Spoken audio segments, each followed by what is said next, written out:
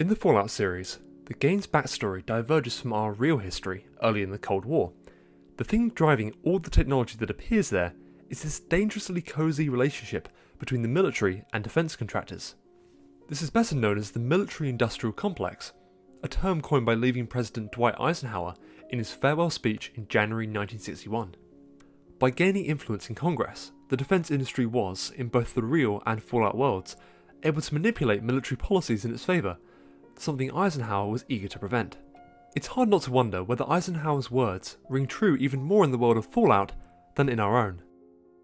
In this post-apocalyptic world, we see reflections of the past in many forms, but I believe there is no better evidence of this corruption than the robots, the products of the shady contracts that both won the resource wars against China and brought them to their bitter end. First, it's important to note how pivotal the robots made by Robco were to defeating China in Alaska. Fallout 3's DLC Operation Anchorage gives us a rare opportunity to step into the pre-war world and see the robots used on the battlefield, including the SentryBot and Mr. Gutsy. Both of these were military contracts with Robco and General Atomics, their implementation in Anchorage yielding great success and cementing their existing role in the US military. Even the failed superweapon Liberty Prime was in fact a military contract, meaning the government was incredibly reliant on these technological developments to have an edge over China, who had inferior technology and lacked effective power armour like the US. On a political level, it can be argued that the Great War itself was caused by the connection of the Enclave with technology companies such as Robco.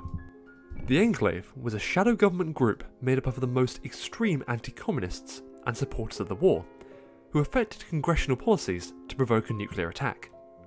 Notably, their members included government officials, military leaders, and corporate executives, forming the iron triangle that is characteristic of the military-industrial complex.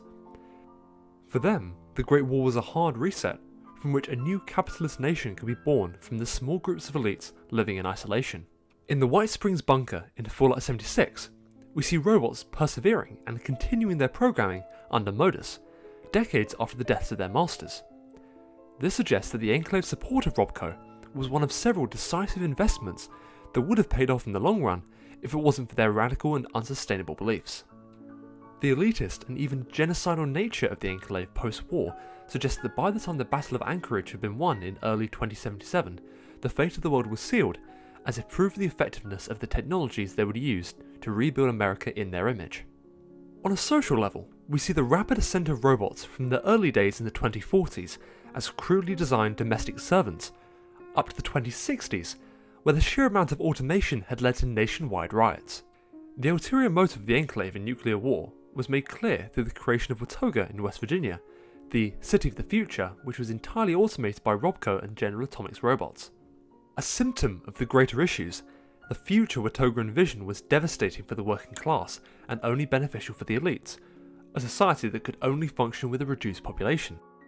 This is corroborated by the Enclave's actions in Fallout 2, in which they repurposed the forced evolutionary virus as the lethal FEV-13 in an attempt to wipe out the entire irradiated population, only to be stopped hours before the virus was released. It is likely, therefore, that Watoga was just one of many templates for the new world envisioned by the Enclave. Or perhaps it was just an unfortunate symptom of the increasingly toxic use of technology and nothing more. It remains up to interpretation. In conclusion, does Eisenhower's farewell address warn against the errors of the Fallout universe? The answer must surely be a resounding yes. The military-industrial complex he specifically warned against can be seen not only in the Enclave, but in the Great War itself, evident through their destructive use of technology. Eisenhower's speech discussed a number of topics, but at its core was a warning against ignorance and corruption.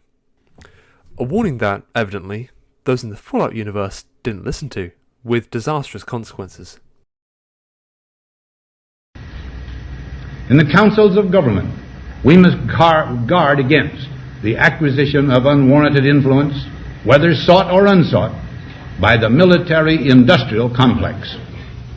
The potential for the disastrous rise of misplaced power exists and will persist